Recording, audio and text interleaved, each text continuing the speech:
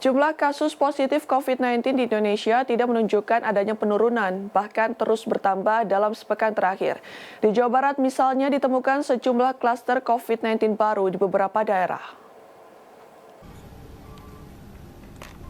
Satuan Gugus Tugas COVID-19 Kabupaten Bekasi mengkonfirmasi temuan klaster COVID-19 di pabrik elektronik LG di kawasan industri Cikarang, Jawa Barat pada 25 Agustus lalu. 238 karyawan pabrik dinyatakan positif COVID-19 setelah dilakukan tes swab. Selain itu ditemukan klaster COVID-19 di pabrik Suzuki di Tambun, Bekasi. 71 karyawan dinyatakan positif virus corona setelah dilakukan uji swab pada 28 Agustus. Saat ini pemerintah Provinsi Jawa Barat mengaku sudah berkoordinasi dengan pihak pabrik untuk melakukan langkah pencegahan, antara lain dengan melaksanakan karantina mandiri bagi karyawan yang positif COVID-19 tanpa gejala dan merujuk ke rumah sakit bagi karyawan yang bergejala, termasuk menutup sementara pabrik selama 14 hari. Kami dalam waktu dekat akan ke sana juga untuk memonitor dan memastikan apakah ada prosedur-prosedur yang terlewat supaya tidak menyebar ke banyak industri di sepanjang pantai utara Jawa Barat.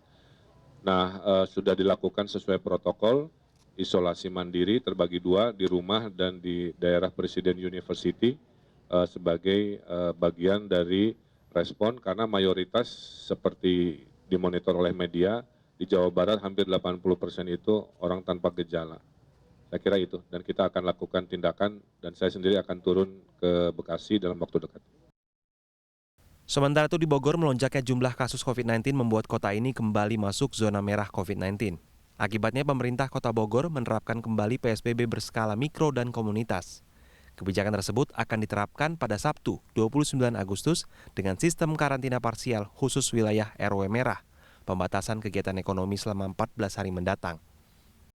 Peraturan wali kota juga akan diterbitkan untuk pengetatan protokol kesehatan dan penetapan sanksi bagi pelanggar. Pemerintah kota Forkopimda bersepakat untuk membatasi jam operasional semua kegiatan di Kota Bogor. Jadi mal, restoran, kafe, rumah makan diminta untuk tidak buka setelah jam 6 sore setiap hari. Buka bisa dimajukan, tadinya jam 9 mungkin jam 8, tetapi selesai jam 6 sore. Dan diberlakukan jam malam. Di atas jam 9 malam tidak ada lagi aktivitas di Kota Bogor. Berkerumun, berjualan, berdagang, dan sebagainya. Menurut epidemiolog Universitas Griffith Australia, Diki Budiman, tidak tertutup kemungkinan lonjakan jumlah kasus COVID-19 di Indonesia masih akan terus terjadi.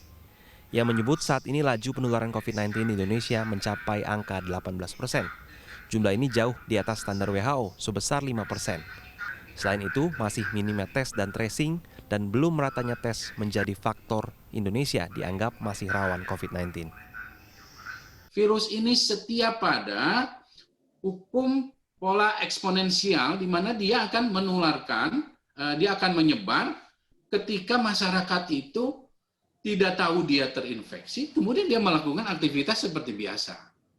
Dan ini terjadi dan akan pada akhirnya akan ada fase di mana terjadi lonjakan yang sulit untuk kita kontrol.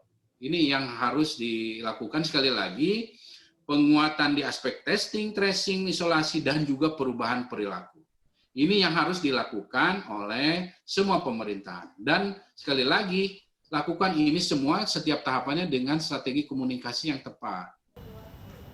Penambahan jumlah kasus COVID-19 tertinggi terjadi pada Jumat 28 Agustus, yakni 3.003 kasus.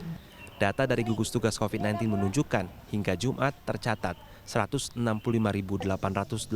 kasus positif COVID-19 terjadi di Indonesia. Tim Liputan, CNN Indonesia, Bandung, Jawa Barat.